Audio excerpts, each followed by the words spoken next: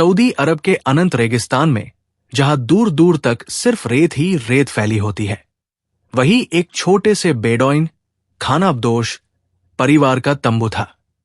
ये परिवार सदियों से ऊंट और बकरियां पालकर अपना गुजारा करता आ रहा था। गर्मी इतनी तेज होती थी कि दिन के समय बाहर निकलना मुश्किल हो जाता और रातें इतनी ठंडी कि बिना आग जलाए सोना नामुमकिन होता। इसी कठोर माहौल में खालिद नाम का एक लड़का बड़ा हो रहा था। खालिद का बचपन आम बेडौइन बच्चों की तरह ही बीता। सुबह होते ही अपने पिता के साथ ऊंटों को चराने निकल जाना और शाम ढलते ही तंबू में वापस लौटना।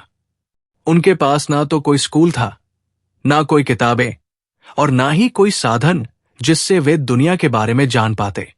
खालिद के पिता एक बहुत ईमानदार और मेहनती व्यक्ति थे। वे अक्सर अपने बेटे को सिखाते कि मेहनत और लगन से इंसान कोई भी मुकाम हासिल कर सकता है।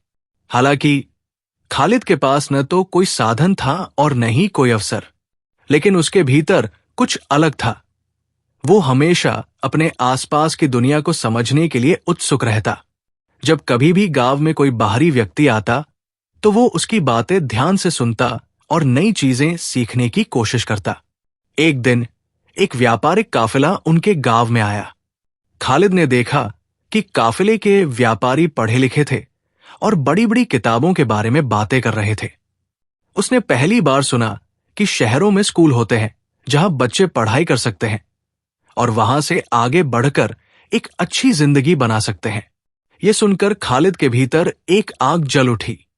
उसने अपने पिता से कहा, अब्बा, मैं पढ़ना चाहता हूं, मैं किताबों से सीखना चाहता हूं। लेकिन उसके पिता ने सिर हिला दिया। बेटा, हमारे पास खाने तक के लिए मुश्किल से पैसे हैं, हम तुम्हें शहर भेजकर पढ़ा नहीं सकते। यह सुनकर खालिद का दिल टूट गया, लेकिन उसने हार नहीं मानी। उसने खुद से वादा किया कि चाहे कुछ भी हो वो पढ़ेगा और अपनी तकदीर खुद लिखेगा। खालिद के पास किताबें नहीं थी, लेकिन उसने अपने गांव के बुजुर्गों से सीखना शुरू कर दिया। जब कोई पढ़ा लिखा व्यापारी गांव आता तो वो उसके पास जाकर सवाल पूछता। धीरे धीरे उसने अरबी पढ़ना और लिखना सीख लिया। एक दिन एक व्यापारी ने खालिद को एक पुरानी किताब दी। वो किताब इस्लामिक इतिहास के बारे में थी। खालिद ने रात रात भर जागकर उसे पढ़ने की कोशिश की। शुरुआत में उसे बहुत कठिनाई हुई, लेकिन उसने हार नहीं मानी। उसने अपने पिता से कहा कि वो ऊंट चराने के दौरान भी पढ़ना चाहता है। उसके पिता को अपने बेटे की ये लगन देखकर खुशी हुई और उन्होंने उसे सहारा दिया। खालिद अब ऊंट चराते हुए भी पढ़ता रहता। जब कभी उसे कोई नया शब्द समझ में नहीं आता तो वो गांव के सबसे पढ़े लिखे व्यक्ति से जाकर पूछता। इस तरह उसने धीरे धीरे खुद को शिक्षित करना शुरू किया। कुछ वर्षों बाद जब खालिद लगभग 15 साल का हुआ तो एक दिन गांव में एक अमीर व्यापारी आया। उसने खालिद को एक पुरानी किताब पढ़ते हुए देखा और उससे पूछा, क्या तुम पढ़ना चाहते हो? खालिद ने उत्साह से जवाब दिया, हां, लेकिन मेरे पास स्कूल जाने के लिए पैसे नहीं हैं। व्यापारी ने उसकी लगन को देखा और फैसला किया कि वो खालिद को पढ़ाई के लिए शहर भेजेगा। यह खालिद के जीवन का सबसे बड़ा मोड़ था। उसने अपने माता पिता से विदा ली और पहली बार शहर की ओर रवाना हुआ। विश्वविद्यालय में खालिद ने न केवल पढ़ाई में उत्कृष्ट प्रदर्शन किया, बल्कि व्यापार और अर्थशास्त्र में भी विशेष रुचि दिखाई।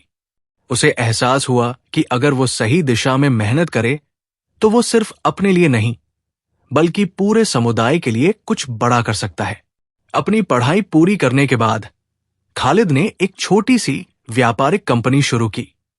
उसने गांवों में जाकर वहां के लोगों को व्यापार और शिक्षा का महत्व समझाना शुरू किया। धीरे धीरे उसकी कंपनी बड़ी होती गई और वो एक सफल उद्यमी बन गया। खालिद ने अपनी सफलता को सिर्फ अपने तक सीमित नहीं रखा। उसने अपने गांव और अन्य रेगिस्तानी इलाकों में कई स्कूल खोले ताकि कोई और बच्चा शिक्षा से वंचित न रहे। उसने उन बच्चों की मदद की जिनके पास स्कूल जाने के पैसे नहीं थे। एक दिन जब वो अपने पुराने गांव लौटा तो उसके पिता की आंखों में आंसू थे। उन्होंने कहा, तूने जो सपना देखा था, आज वो पूरा हो गया। खालिद ने सिर झुकाकर कहा, यह सिर्फ मेरा नहीं, पूरे समुदाय का सपना था। खालिद की कहानी हमें सिखाती है कि चाहे हालात कितने भी कठिन हो, अगर हमारे भीतर सच्ची लगन और मेहनत का जज्बा हो तो हम अपनी तकदीर खुद लिख सकते हैं। शिक्षा ही वो शक्ति है जो हमें गरीबी, कठिनाइयों और संघर्षों से बाहर निकाल सकती है।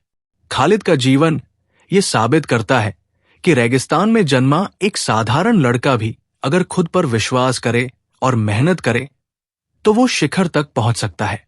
उसकी सफलता न सिर्फ उसकी खुद की थी, बल्कि उन हजारों बच्चों की भी थी जिन्हें उसने शिक्षित करने में मदद की। ये कहानी सिर्फ खालिद की नहीं, बल्कि हर उस व्यक्ति की है जो कठिनाइयों के बावजूद अपने सपनों को पूरा करने के लिए संघर्ष करता है।